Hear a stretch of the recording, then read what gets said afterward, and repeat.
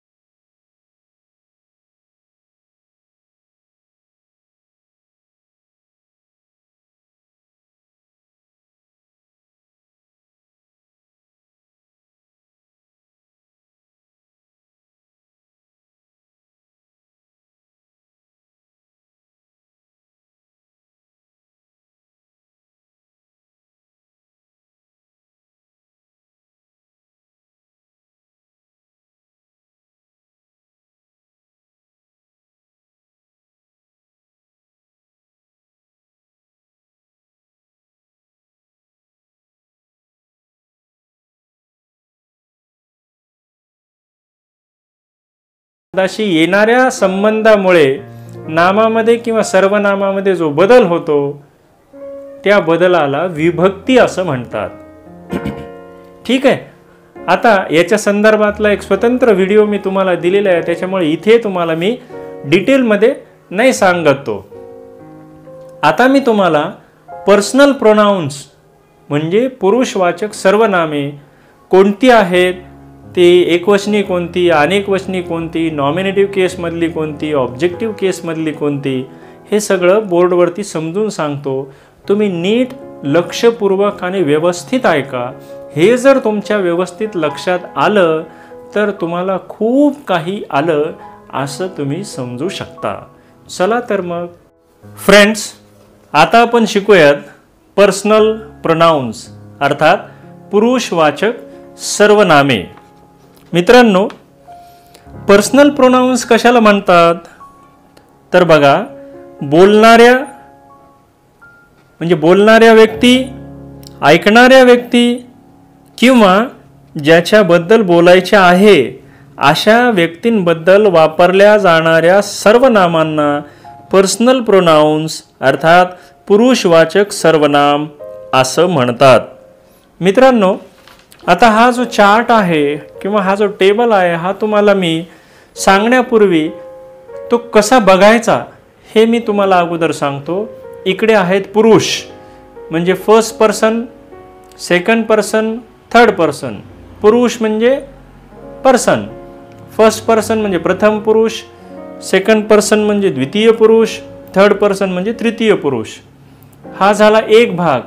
आता हा वरचा या काळ्या अक्षरामधला जो भाग दिसतोय याला म्हणायचं नॉमिनेटिव्ह केस म्हणजे प्रथमा, ऑब्जेक्टिव्ह केस म्हणजे द्वितीया किंवा प्रथमा विभक्ती किंवा द्वितीया विभक्ती असं देखील म्हणू शकता.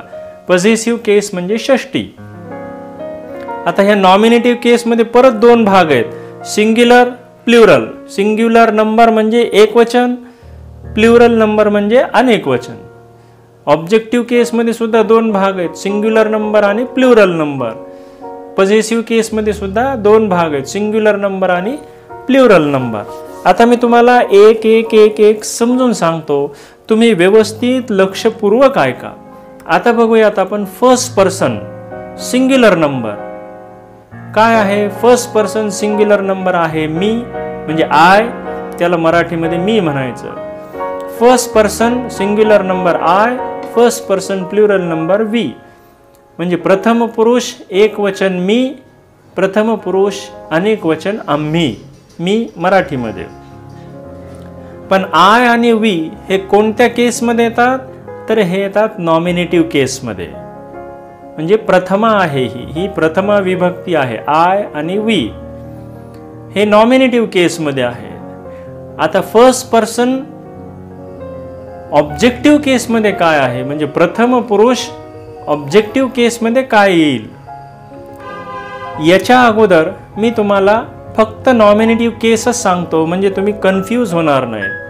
सेकंड पर्सन सिंग्युलर नंबर आहे you, second person plural number आहे यूज म्हणजे द्वितीय पुरुष एक वचन आहे तू, द्वितीय पुरुष अनेक वचन आहे तुम्ही. हे सगळे नॉमिनेटिव्ह केसमधले आहेत. म्हणजेच हे यांना प्रथमा असं म्हणायचं किंवा प्रथमा विभक्ती. आता थर्ड पर्सन सिंग्युलर नंबर आहे ही, थर्ड पर्सन सिंग्युलर नंबर आहे शी आणि थर्ड पर्सन सिंग्युलर नंबर आहे इट. तृतीय पुरुष एक वचन कोणकोणते आहेत तो, ती, ते. ही म्हणजे तो, शी म्हणजे ती आणि इट म्हणजे तो, ती, ते असा त्याचा अर्थ होतो. आणि ही, शी, इटचा अनेक वचन आहे दे म्हणजे ते, त्या, ती. तर मित्रांनो, आपण सगळे पुरुष म्हणजे फर्स्ट, सेकंड आणि थर्ड पर्सन नॉमिनेटिव्ह केसमधले पाहिले, सिंग्युलर पण पाहिले आणि प्लुरल पण पाहिजे. आता हा जो डब्बा आहे हा बॉक्स आता थोडंसं दुर्लक्ष करा आणि आता इकडे लक्ष द्या ऑब्जेक्टिव्ह केसमध्ये. आता ऑब्जेक्टिव्ह केसमध्ये काय आहे, या आयचं ऑब्जेक्टिव्ह केस आहे मी म्हणजे मला, एक वचन आहे. आणि वीचं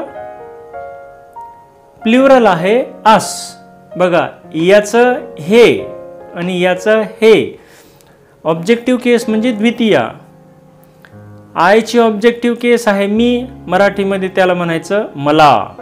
वीचं ऑब्जेक्टिव्ह केस आहे अस, त्याला म्हणायचं आम्हाला. यूचं ऑब्जेक्टिव्ह केस आहे यू. इथे यूचा अर्थ होतो तू, परंतु इथे यूचा अर्थ होतो तुला. आणि इथे यूचा अर्थ होतो तुम्ही, परंतु इथे ऑब्जेक्टिव्ह केसमध्ये होतो तुम्हाला. आता तुम्ही म्हणणार सर याचा कसा काय अर्थ काढता येईल, इथे तर तुम्ही यूला तू म्हणता, इथे तुम्ही म्हणता, इथे तुला म्हणता आणि इथे तुम्हाला म्हणता. तुम्ही काही पण माहिती देत आहात असं तुम्ही म्हणाल. पण मित्रांनो, त्याच्यासाठी ह्या केस महत्त्वाच्या आहेत. म्हणजे दिलेल्या वाक्यामध्ये यू कुठे येतं याच्यावर त्याचा अर्थ अवलंबून आहे. समजा ते नॉमिनेटिव्ह केसमध्ये आलं म्हणजे प्रथमा विभक्तीमध्ये आलं तर तू किंवा तुम्ही म्हणायचं, आणि ऑब्जेक्टिव्ह केसमध्ये म्हणजे द्वितीय विभक्तीमध्ये आलं तर तुला किंवा तुम्हाला म्हणायचं. म्हणजे यू हे वाक्यामध्ये कोणत्या ठिकाणी येतं याच्यावरून त्याचा अर्थ बदलतो. म्हणजे यू हे सुरुवातीला आलं तर त्याचा अर्थ वेगळा असतो, यू हे मध्ये आलं ऑब्जेक्टिव्ह म्हणून तर त्याचा अर्थ वेगळा होतो, आणि ते जर पॉझिटिव्ह केसमध्ये आलं तर त्याचा अर्थ वेगळा होतो. आपण बघत आहोत ऑब्जेक्टिव्ह केसमध्ये. आता ऑब्जेक्टिव्ह केसमध्ये हीचं काय होईल, हिम होईल, मराठीमध्ये त्याला म्हणायचं.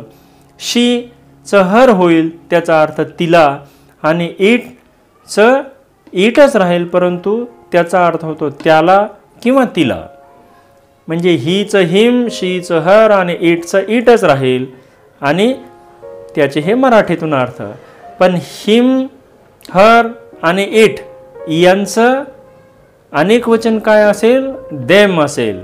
म्हणजे देचं ऑब्जेक्टिव्ह केस पण देम असेल, हे लक्षात ठेवायचं. यांचं अनेक वचन जसं देम आहे तसं देचं ऑब्जेक्टिव्ह केसमध्ये काय येईल, त्याचं देम येईल. मित्रांनो, कन्फ्यूज होऊ नका, परंतु व्यवस्थिशीर याच्याकडे मी जे काय सांगतोय ते व्यवस्थिशीर जर ऐकलं तर तुमच्या हे लक्षात येईल. आता पॉझिटिव्ह केसमध्ये बघा, आयचं पॉझिटिव्ह केसमध्ये काय होईल, माय किंवा माइन. मराठीमध्ये त्याचा अर्थ होतो माझा, माझी किंवा माझे. आणि त्याचं प्लुरल काय होईल, आवर किंवा आवर्स, त्याचा अर्थ होतो आमचे. आपण बघत आहोत पॉझिटिव्ह केस, ज्याला म्हणायचं षष्टी, सिंग्युलर नंबर, प्लुरल नंबर. याचं म्हणजे हे नॉमिनेटिव्ह केसचं ऑब्जेक्टिव्ह केसमध्ये हे होतं, आणि या नॉमिनेटिव्ह केसचं पॉझिटिव्ह केसमध्ये हे होतं. आता बघूयात युअर, कशाचं, यूचं पॉझिटिव्ह केसमध्ये होतं युअर, आणि पॉझिटिव्ह केसमध्ये योर्स असं देखील होतं, परंतु ह्या दोन्हीचा अर्थ मात्र तुझा, तुझी, तुझे असा होतो. आणि अनेक वचनी सुद्धा तसंच आहे, हे जसं आहे तसंच आहे, युअर किंवा युअर्स असं होतं, परंतु मराठीमध्ये मात्र अर्थ होतो तुमचा, तुमची, तुमचे, कारण हे प्लुरल नंबर आहे. मित्रांनो, हे वाक्यामध्ये जिथं येतं, ज्या ठिकाणी येतं, ज्या संदर्भात येतं, त्यानुसार याचा अर्थ आपल्याला काढावा लागतो. हे काही फार मोठी गोष्ट नाही आहे, तुम्हाला सराव झाल्यानंतर येऊन जातं हे. आता पॉझिटिव्ह केसमध्ये हिज, हीचं पॉझिटिव्ह केस आहे हिज म्हणजे त्याचे. शीचं पॉझिटिव्ह केस आहे हर किंवा हर्स म्हणजे तिचे, आणि इटचं पॉझिटिव्ह केस आहे इट्स म्हणजे त्याचे किंवा तिचे. बघा, हीचं इकडं हिम होतं आणि या हीचं इकडे हिज होतं. ही, हिम, हिज, दे, देम, देअर असा त्याचा अर्थ होतो. या ही, हिज, हर, हर्स आणि इट्स यांचं अनेक वचन काय होतं, देअर किंवा देअर्स, आणि त्याचा अर्थ काय होतो, त्यांचा, त्यांची, त्यांचे. म्हणजे आयचं मी ऑब्जेक्टिव्ह केस आणि आयची पॉझिटिव्ह केस माय किंवा माइन. वीचं ऑब्जेक्टिव्ह केस अस आणि वीचं पॉझिटिव्ह केस आवर किंवा आवर्स. तसंच यूचं ऑब्जेक्टिव्ह केस यू आणि यूची पॉझिटिव्ह केस युअर किंवा युअर्स, सिंग्युलर नंबर सांगायला. परंतु यूचं प्लुरल नंबरमध्ये पॉझिटिव्ह केस यूच राहतं आणि यूचं पॉझिटिव्ह केसमध्ये प्लुरल नंबर राहतं युअर किंवा युअर्स. तसंच हीचं पॉझिटिव्ह ऑब्जेक्टिव्ह केसमध्ये हिम होतं आणि हीचं पॉझिटिव्ह केसमध्ये हिज होतं. तसं शीचं ऑब्जेक्टिव्ह केसमध्ये हर होतं आणि शीचं पॉझिटिव्ह केसमध्ये हर किंवा हर्स होतं. इटचं मात्र दोन्ही ठिकाणी इटच आहे ऑब्जेक्टिव्ह केसमध्ये आणि नॉमिनेटिव्ह केसमध्ये, परंतु पॉझिटिव्ह केसमध्ये इट्स होतं. तसं देचं ऑब्जेक्टिव्ह केसमध्ये देम होतं आणि देचं पॉझिटिव्ह केसमध्ये देअर किंवा देअर्स असं होतं. मित्रांनो, या पर्सनल प्रोनाऊनचा व्यवस्थित अभ्यास करा, याचा अगोदर व्यवस्थित आकलन करा, व्यवस्थित समजून घ्या. याचा भविष्यामध्ये तुम्हाला खूप खूप खूप उपयोग होतो. त्यामुळे हे सर्व समजून घ्या आणि याचा अभ्यास करा. भेटूयात परत एका नवीन व्हिडिओमध्ये. थँक्यू.